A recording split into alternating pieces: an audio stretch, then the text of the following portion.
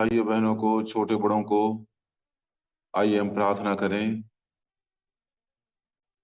अनुग्रहकारी हमारे प्रेमी स्वर्गीय पिता, आराधना स्तुति धन्यवाद के योग्य परमेश्वर, हमारे जीवते सच्चे विश्वास योग्य परमेश्वर, राजाओं के राजा, प्रभुओं के प्रभु, सभी अच्छे आशीषों के दाता, हमारे प्रभु और उद्धारकर्ता यीशु मसीह के नाम में हम नम्र होकर आपके चरणों पर दंडवत करते हैं।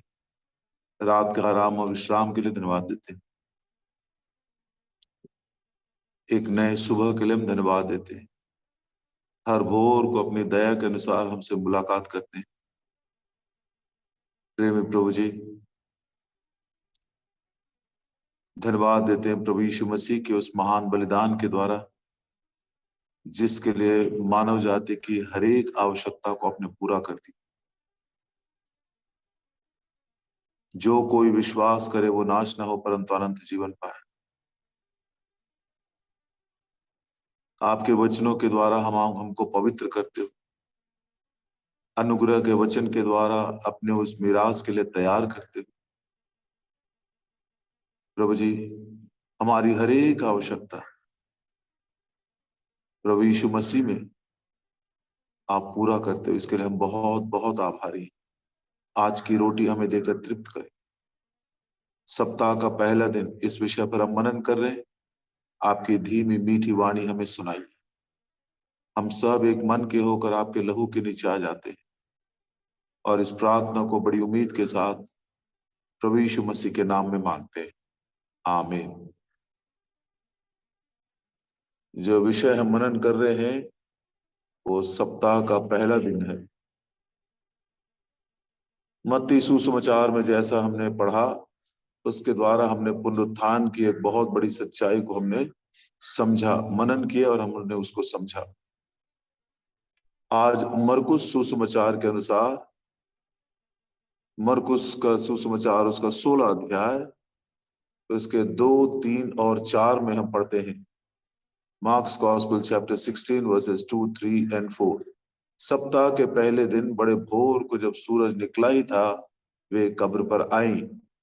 तीसरा वचन, और आपस में कहती थी, हमारे लिए कब्र के द्वार पर से पत्थर कौन लुढ़काएगा। जीवन का एक बहुत ही अहम प्रश्न है जो मेरे ख्याल से कई बार हम दोहराते हैं। ये पत्थर हमारे लिए कौन लुढ़काएगा, ये बोझ हमारे लिए कौन उठाएगा, इस समस्या का समाधान कौन करेगा, इस संकट से हमें कौन बरी करेगा। 4 वचन, जब उन्होंने आंख उठाई तो देखा कि पत्थर लुढ़का हुआ है, बहुत ही बड़ा था। बिना मनुष्य की सहायता के उन्होंने आंखें उठाकर देखा, पत्थर लुढ़का हुआ है। सप्ताह का पहला दिन हमें ये बहुत ही सुंदर पाठ सीखने को मिलता है।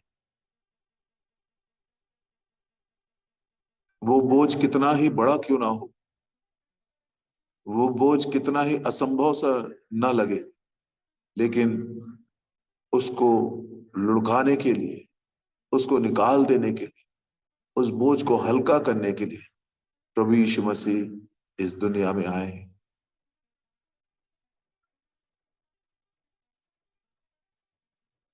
कौन सा वो बोझ है जो प्रभु यीशु मसीह ने हमारे लिए अपने ऊपर उठाया है। पवित्र शास्त्र बाइबल में जब पढ़ते हैं तो सबसे पहले वो पाप का बोझ है जो मनुष्य उठा नहीं सकता, उसके नीचे दबा हुआ है।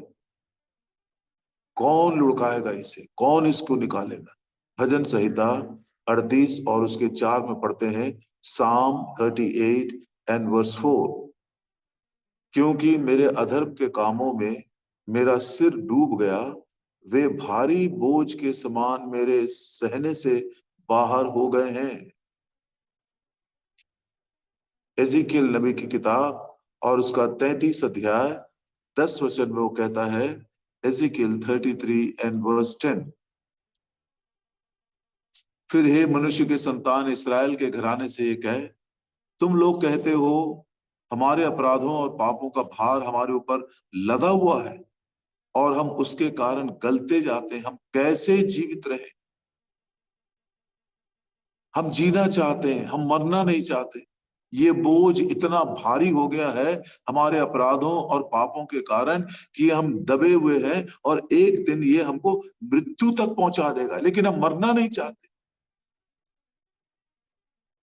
कौन इस बोझ को हमारे लिए उठाएगा?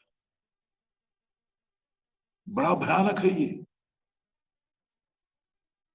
पाप। सचमुच में जो हमको क्षणिक सुख देता है, लेकिन सदा का दुख वो देता है। प्रियो, इसके विषय में यदि सचमुच में जानना चाहे तो उत्पत्ति की किताब उसके 3 अध्याय में यदि थोड़ा सा ध्यान दे प्रियो, उसके सारे परिणाम और पाप का जो अंतिम परिणाम है वो हमको समझ में आ जाता। आदम और हवा ने जिस फल को खाने के लिए परमेश्वर यहोवा ने मना किया था, उसकी आज्ञा का उल्लंघन करके उन्होंने पाप किया, उसका परिणाम इतना भयानक है। जस्ट आपको 2-4 बातें मैं बता देता हूं। समय यदि आपको आज के दिन या आने वाले दिनों में मिले तो उत्पत्ति की किताब उसका 3 अध्याय एक बार पढ़िएगा, ध्यान से पढ़िए, शांति के साथ पढ़िए। उस आज्ञा के उल्लंघन का, उस पाप का परिणाम कितना भयानक हमको मालूम पड़ेगा। पढ़ लेते हैं, 10 वचन पढ़ते हैं उत्पत्ति की किताब और उसका 10 वचन, 3 अध्याय 10 वचन। उसने कहा, मैं तेरा शब्द बारी में सुनकर डर गया, क्योंकि मैं नंगा था, इसलिए मैं छिप गया। कल के दिन तक आदम तो डरता नहीं था। कल के दिन तक तो परमेश्वर के साथ बैठकर उससे बातें करता था, उसके साथ तो समय बिताता था, संगति करता था। आज तुझको डर कहां से आया? आज तुझको मालूम कैसे पड़ा कि तू नंगा है? पाप का परिणाम है भय और लज्जा। और उसके बाद उसने क्या किया? 11 वचन में पढ़ते हैं, और उसने कहा, किसने तुझको बताया? अच्छा, 10 वचन कोई पूरा पढ़ लेते हैं। 10 वचन, क्योंकि मैं नंगा था इसलिए छिप गया। और उसने क्या किया? अंजीर के पत्तों को तोड़ तोड़ कर अपनी नग्नता को ढांपने की कोशिश किया। इसी को हम धर्म कहते हैं, इसी को मनुष्य का प्रयास कहते हैं। धर्म को परमेश्वर ने नहीं बनाया। फिर से सुनिएगा, धर्म को परमेश्वर ने नहीं बनाया। कभी एक दिन प्रभु ने अनुग्रह दिया और आत्मा में स्वेच्छा दिया, रिलीजन वर्सेस राइचियसनेस, इसकी व्याख्या हम सुनेंगे। अंजीर के पत्तों को तोड़ना, अंजीर के पत्तों को सीलना, अंजीर के पत्तों से अपने नग्नता को ढांपना, इसी को हम धर्म कहते हैं। रिलीजन वहीं पर पैदा हो गया। ये पाप का परिणाम है, ये रिलीजन। और धीरे धीरे धीरे आज वो धर्म इतना ज्यादा मनुष्य को दबा दिया है, इतना ज्यादा मनुष्य को अंधा बना दिया है, इतना ज्यादा मनुष्य को मूर्ख बना दिया है।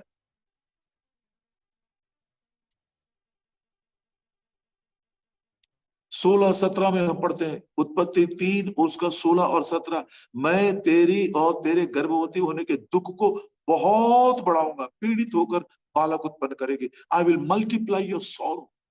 और 17 वचन के आखिरी में आदम से परमेश्वर ने कहा, उसको तू खाया इसलिए भूमि तेरे कारण शापित है, तू उसकी उपज जीवन भर दुख के साथ खाया रहे। भोर को उठते हो दुख की रोटी खाने के लिए। ये दुख असल मनुष्य के जीवन में नहीं था, लेकिन पाप के कारण ये दुख मल्टीप्लाई हो गया, धीरे धीरे और बढ़ता चला जा रहा है। एक और बात हम देखना चाहते हैं 20 वचन में, उत्पत्ति 3 और उसका 20। ये तो इतना ज्यादा मनुष्य के आत्मा में, मनुष्य के जीवन में प्रभावी हो गया। देखिए, आदम ने अपनी पत्नी का नाम हवा रखा, क्योंकि जितने मनुष्य जीवित है उन सबकी आदि माता वही हुई। असल में स्त्री का नाम हवा परमेश्वर ने नहीं दिया था। परमेश्वर ने स्त्री को कौन सा नाम दिया है? ये उत्पत्ति की किताब उसका 5 अध्याय दूसरे वचन में हम पढ़ते हैं। उत्पत्ति की किताब 5 अध्याय और उसका दूसरा वचन, उसने नर और नारी, स्त्री और पुरुष, करके मनुष्य की सृष्टि की और उन्हें आशीष दी, और उनकी सृष्टि के दिन उनका नाम आदम रखा। उनका नाम, नर का भी नाम आदम है, नारी का नाम भी आदम है, स्त्री और पुरुष दोनों का नाम उसने आदम रखा। लेकिन जिस दिन उन्होंने आज्ञा का उल्लंघन करके परमेश्वर के विरोध में पाप कर दिए, दोनों अलग हो गए। आदम ने कहा, नहीं, मैं आदम हूं और तू हवा है। सेपरेशन। अब स्त्री पुरुष से अलग हो गई, भाई भाई कैन आबिल से अलग हो गए, देश देश से अलग हो गए। और आज प्रियो, हजारों कारण है जिसके कारण मनुष्य एक दूसरे से अलग हो गया है, एक दूसरे को समझता नहीं, एक दूसरे के ऊपर इल्जाम लगाता है, एक दूसरे के बोझ को नहीं उठा सकता। करोड़ों करोड़ों ऐसे पाप के परिणाम निकल गए।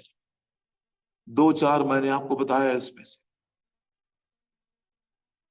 इतना बड़ा बोझ मेरे सर के ऊपर हो गया है, लद गया हूं मैं इससे, ये मुझको मृत्यु तक क्रश कर देगा।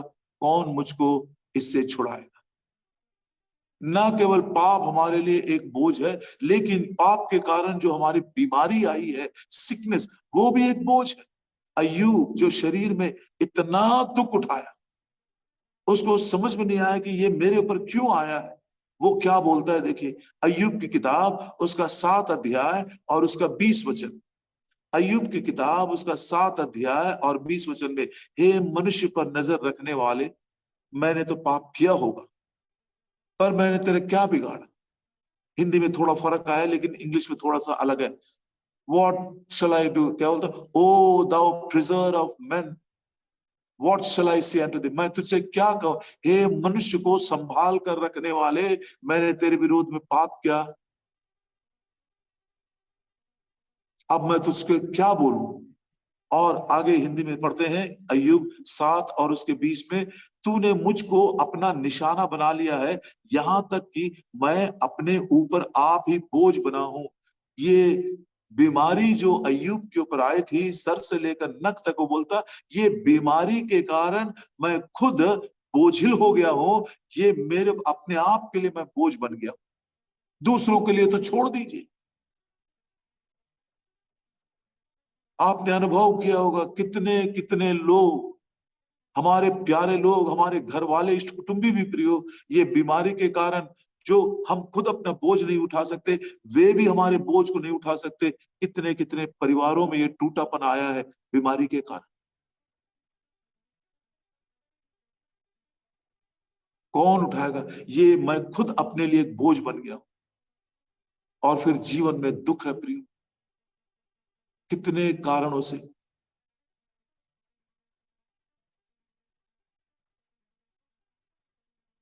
हो सकता है कोई आर्थिक परिस्थिति है, हो सकता है कोई टूटा हुआ संबंध है, हो सकता है कोई जीवन में पतन आ गया है, हो सकता है कोई निराशा आ गई है, हो सकता है कोई और बात है। कई कारणों से दुख हमारे ऊपर आ जाता। और ये दुख कितना भारी है, देखिए, अय्यूब कहता है, जब उसकी पत्नी भी उसको छोड़ दी, मृत्यु के कारण जो दुख आया, उसके बाल बच्चे सब चले गए, उसकी संपत्ति चली गई। अय्यूब की किताब 6 अध्याय और उसके 1 और 2 में पढ़ते हैं। अय्यूब की किताब 6 अध्याय 1 और 2, फिर अय्यूब ने कहा, भला होता कि मेरा खेद तौला जाता और मेरी सारी विपत्ति तुला में रखी जाती, तराजू में रखकर यदि तुम मेरे दुख को, खेद को तौल सकते हो, तो देखो कितना भारी है वो। तीसरे वचन में कहता है, अय्यूब 6 और उसका 3, क्योंकि वह समुद्र की बालू से भी भारी ठहरती, इसी कारण मेरी बातें उतावली से हो गई। प्रियो, केवल बाइबल, पवित्र शास्त्र ही इस बोझ को वर्णन किया गया। बाकी दुनिया के किसी भी किताब में, किसी भी गुरु ने, किसी भी धर्म ने इस बोझ को बताया नहीं। क्यों मालूम? क्योंकि उनके पास निवारण नहीं है। सप्ताह का पहला दिन इस प्रश्न का निवारण देता है, इस प्रश्न का उत्तर देता है। कौन ये पत्थर हमारे लिए लुढ़काएगा? कौन हमारे लिए ये बोझ को उठाएगा? कौन हमको ये बोझ से हल्का करेगा? और इसके कारण प्रियो, ये पाप का बोझ, ये बीमारी का जो बोझ है, और ये दुखों का जो बोझ है, जो हम सह नहीं सकते, हमारे सहने के बाहर हो गया है, इसके कारण जीवन ही एक बोझ बन गया है। देखिए पौलुस क्या कहता है, दूसरा कुरिन्थी 5 अध्याय और उसके 4 वचन में पढ़ते हैं। दूसरा कुरिन्थी 5 के 4 में, और हम इस डेरे में रहते हुए बोझ से दबे कराहते हैं, burdened and we are groaning with sorrow, क्योंकि हम उतारना नहीं वरन और पहनना चाहते, ताकि वो मरणहार है जीवन में डूब जाए। ये जो शरीर है, ये जो मरणहार शरीर है, जो पाप के कारण, बीमारी के कारण, दुख के कारण हमारा जीवन ही एक प्रकार का बोझ बन गया है, हम कराहते हैं, इसको उतार देना चाहते हैं, ताकि हम एक नए शरीर को धारण करें, और वो है आत्मा को जो ढांपने वाला, वो महिमा का दे। We want to be clothed with a glorified body, not with a body of flesh and blood. लहू और मांस का वो शरीर नहीं जो इतने सारे बोझ से हमको बोझिल कर दिया। हम महिमा के देह को पहनना चाहते हैं। पहला वचन पढ़ना चाहते हैं, दूसरा कुरिन्थी 5 अध्याय और उसका पहला वचन। क्योंकि हम जानते हैं कि जब हमारा पृथ्वी पर का ये डेरा सरी का घर गिराया जाएगा, तो हमें परमेश्वर की ओर से स्वर्ग पर एक ऐसा भवन मिलेगा जो हाथों से बना हुआ न घर नहीं, परंतु चिरस्थायी। उसको हम पहन लेना चाहते हैं। मरणहार देह को हम छोड़ देना चाहते हैं। ये शरीर, ये शारीरिक जीवन ही एक बड़ा बोझिल बन गया। इसलिए रोमियो की पत्री 7 अध्याय और उसके 24 वचन में प्रेरित करा करा वो ग्रोनिंग के साथ कहता, मैं कैसा अभागा मनुष्य हूं, मुझे इस मृत्यु की देह से कौन छुड़ाएगा। स्त्रियों ने जब पूछा, ये पत्थर हमारे लिए कौन लुढ़काएगा, उन्होंने देखा, आंखें उठाकर देखा, पत्थर लुढ़क गया है। आंखें उठाकर उस क्रूस घातित मसीह को देखिए। ये बोझ कौन उठाएगा, ये बोझ से हमको कौन हल्का करेगा, ये मरणहार देह से, मृत्यु से मुझको कौन छुड़ाएगा। मनुष्य नहीं कर सकता, आप नहीं कर सकते, धर्म नहीं कर सकता। इसलिए हम ये खुशखबरी आपको देना चाहते हैं। पहला पतरस दूसरा अध्याय 24 वचन में, पहला पतरस दूसरा अध्याय 24 वचन, 1 Peter chapter 2 and verse 24, आप ही हमारे पापों को अपने ऊपर लिए हुए क्रूस के ऊपर चढ़ गया। पाप का वो बोझ जो हमारे सर के ऊपर से निकल गया, प्रभु यीशु मसीह ने अपनी देह के ऊपर उठा लिया। मत्ती सुसमाचार 8 अध्याय 17 वचन में पढ़ते हैं, आप ही हमारे रोगों को अपनी देह में उठाकर क्रूस के ऊपर चढ़ गया। उसने आप हमारी दुर्बलताओं को लिए हुए हमारी बीमारियों को भी उठा लिया। कौन ये बोझ से मुझको हल्का करेगा। यशायाह नबी की किताब 53 अध्याय और उसके 4 वचन में पढ़ते हैं, Isaiah 53 and verse 4, Isaiah 53 verse 4, निश्चय उसने हमारे रोगों को उठा लिया, हमारे दुखों को भी अपनी देह में उठा लिया। ओ प्रियो, क्या प्रेम है ये परमेश्वर का, क्या सुंदर प्रबंध है ये परमेश्वर। कौन ये बोझ को हल्का करेगा, कौन ये पत्थर को लुढ़काएगा, कौन ये मरणहार देह से हमको छुटकारा देगा। आंखें उठाकर उस क्रूस घातित मसीह को देखिए। हे पृथ्वी के छोर छोर तक रहने वाले लोगों, तुम मेरी ओर मुड़ो, मुझको देखो और तुम जीवित हो जाओ। तुम्हारे पापों को अपनी देह में उठाया, तुम्हारे बीमारियों को अपनी देह में उठाया, हमारे दुखों को अपनी देह में उठाकर पूरा पूरा प्रायश्चित किया, और कलवरी के क्रूस के ऊपर उसने प्रार्थना किया, हे पिता इनको क्षमा कर।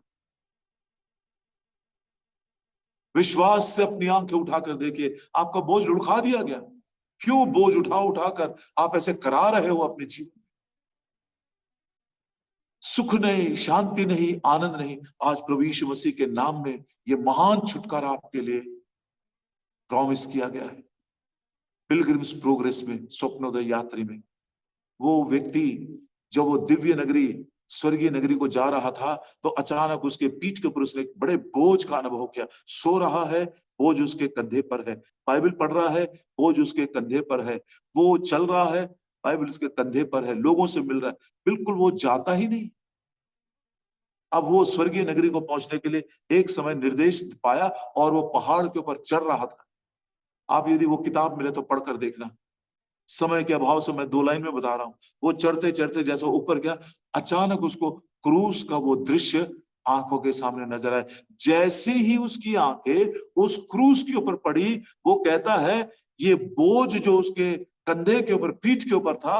अचानक वो गिर पड़ा और वो देख रहा है, लुढ़कते लुढ़कते नीचे नीचे नीचे एक ऐसे खाई में चला गया जो उसको दिखाई भी नहीं दी। क्रूस को देखते ही वो बोझ हट गया। है मेरी शरण तेरे क्रूस में यीशु मसीह।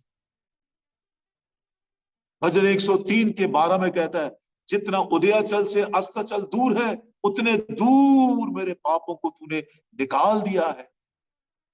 मीका नबी की किताब और उसका 7 अध्याय और 18 वचन में, तूने उनके पापों को समुद्र की गहराई में डाल दिया, और जब नया आकाश और नई पृथ्वी उसने बनाया, समुद्र को ही निकाल दिया, उसके उसके ट्रेस को भी उसने मिटा दिया। यशायाह नबी की किताब उसका 44 अध्याय और 22 वचन में, काली घटा के समान तूने उसको मिटा दिया। और उसी यशायाह की किताब 38 अध्याय और उसके 17 वचन में हम पढ़ते हैं कि तूने अपने पीठ के पीछे उसे फेंक दिया। प्रिय भाइयों बहनों, ये महिमित सुसमाचार आपको सुख और शांति और आपको स्वतंत्र करने वाला, उसकी ओर देखिए। प्रभु यीशु मसीह ने आपके पाप के बोझ को उठा लिया, आपकी बीमारियों के बोझ को उठा लिया, आपके दुखों का वो बोझ जो समुद्र के बालों के किनकों से भी अधिक भारी है, जो आप उठा नहीं सकते, प्रभु यीशु मसीह ने उठा। सप्ताह का पहला दिन, इसका संदेश कितना ज्यादा हमारे हृदय को तसल्ली देता है। विश्वासी भाइयों बहन, यदि किसी भी प्रकार की चिंता आपको सता रही है और वो चिंता आपको बोझिल कर रही है, पहला पतरस 5 अध्याय 7 वचन, अपनी चिंताओं को उसी के ऊपर डाल दो, क्योंकि वह तुम्हारी चिंता करता है। 1 पीटर 5:7।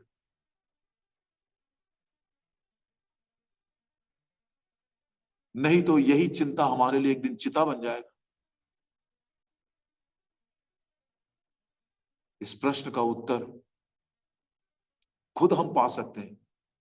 उन्होंने आंखें उठाकर देखा, तब आंखें उठाकर देखे, आपके बोझ को प्रभु यीशु मसीह ने उठा लिया। प्रभु आपको इस रीति से स्वतंत्र करके, आपके बोझ को हल्का करके, उद्धार की आशीष देकर आपको सुखी और शांति प्रदान करे। प्रार्थना करें। हमारे प्रेमी स्वर्गीय पिता, सप्ताह का पहला दिन जो बड़े बोझ के साथ, प्रश्न के साथ आए थे, उसका उत्तर कितने अच्छे तरीके से आज हमको मिला है। प्रभु यीशु मसीह बर्डन बेरर, हमारे लिए, हमारे बोझ को उठाने वाला, उसका उत्तर हम ही देख सकते हैं। हे पृथ्वी के छोर छोर तक रहने वालों, मेरी ओर देखो और तुम उद्धार पा जाओ। धन्यवाद देते, अपने ही देह में प्रभु यीशु मसीह कलवरी के क्रूस के ऊपर हमारे पाप जो सर के ऊपर से निकल गए थे, हमारी बीमारी के कारण हमारा ही जीवन हमारे लिए बोझ बन गया था, हमारे दुखों का वो बोझ जो बालों के किनकों से भी अधिक है, आप उठा लिए प्रभु जी। आप मारे गए, दफनाए गए, तीसरे दिन जी उठे। विश्वास से आपको अंगीकार करके अपने जीवन में सच्चा सुख पाने के लिए, उद्धार की आशीष पाने के लिए हर एक की आप मदद करें। कोई भी ऐसे महान उद्धार से निश्चिंत न रहे, वंचित न रहे, ये हमारी नम्र विनती और प्रार्थना है। इस प्रार्थना को प्रभु यीशु मसीह के नाम में मांगते हैं, आमीन।